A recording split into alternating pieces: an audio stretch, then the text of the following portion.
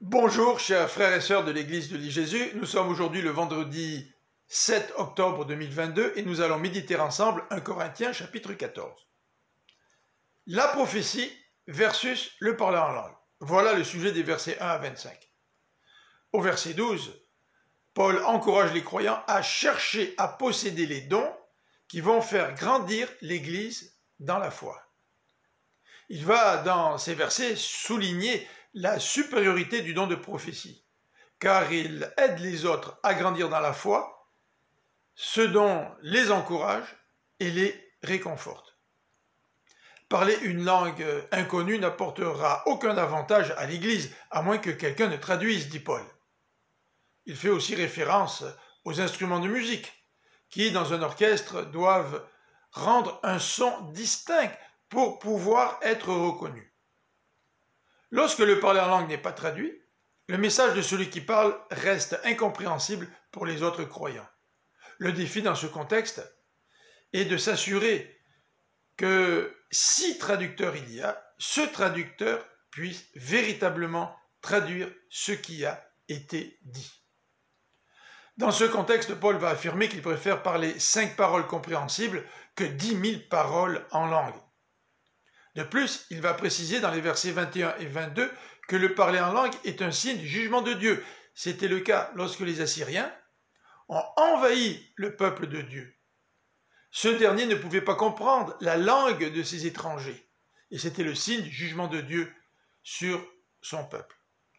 Parler en langue, ajoute Paul, ne permettra pas à des incroyants qui visiteraient l'Église d'être touchés par l'Évangile, alors qu'une parole de prophétie, c'est-à-dire une parole qui encourage et qui réconforte, va pouvoir les toucher.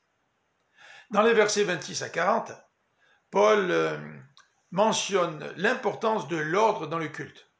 S'il n'y a pas d'interprète et que quelqu'un désire parler en langue, qu'il se taise, dit Paul.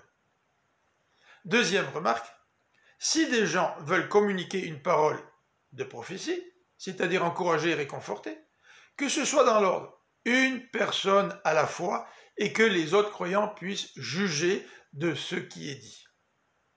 Que les femmes n'interviennent pas dans l'assemblée. Cette recommandation de Paul est un peu difficile à comprendre. Certains croient qu'il s'agit d'une interdiction absolue, que les femmes ne doivent pas prendre la parole dans l'assemblée. Mais comment comprendre alors 1 Corinthiens chapitre 11 verset 5 qui précise qu'une femme peut prier et prophétiser dans l'assemblée?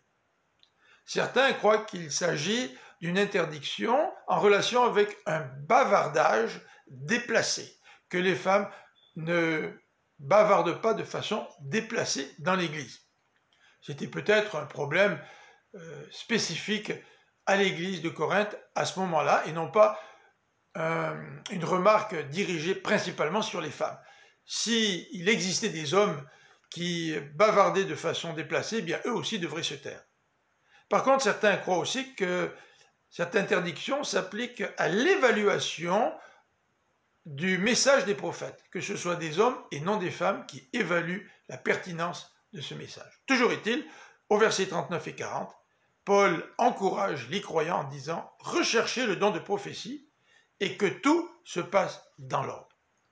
Je vous invite à écouter le service de l'église de l'I-Jésus sur sa chaîne YouTube, dimanche à partir de 10h. Que le Seigneur vous bénisse, bonne fin de semaine et à mardi, puisque lundi, ce sera l'action de grâce.